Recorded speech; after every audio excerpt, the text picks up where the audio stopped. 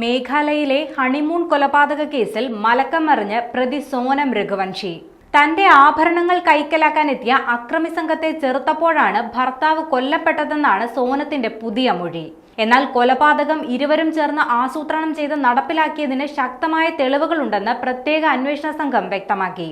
UP പോലീസിന്റെ കസ്റ്റഡിയിലായിരുന്ന പ്രതികളെ 3 ദിവസത്തെ ട്രാൻസിറ്റ് വാറന്റിനാണ് മേഘാലയ പോലീസിന് കൈമാറിയത്.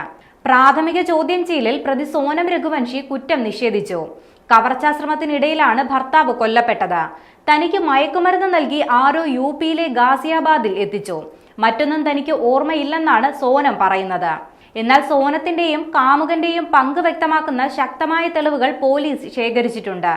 കൊലപാതകത്തിന് ശേഷവും മുമ്പും വാടക കൊലയാളികളുമായി സോനം ഫോണിൽ സംസാരിച്ചിരുന്നു.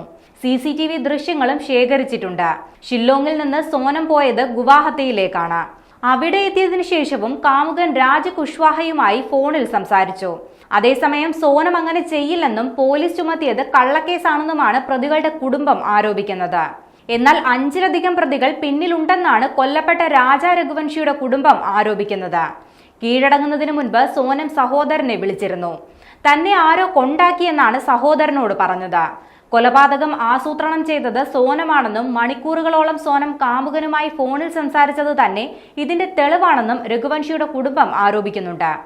മൂർച്ചയുള്ള ആയുധം ഉപയോഗിച്ചാണ് കൊലപാതകം നടത്തിയതെന്നാണ് പോസ്റ്റ്മോർട്ടം റിപ്പോർട്ട്. തലയിൽ ആഴത്തിലുള്ള 2 മുറിവുകളുണ്ട്. സ്വർണവും പണവും കൈക്കലാക്കി കാമുകനോടൊപ്പം ജീവിക്കാനാണ് കൊലപാതകം നടത്തിയതെന്ന വിലയിരുത്തലിലാണ് പോലീസ് ഉള്ളത്.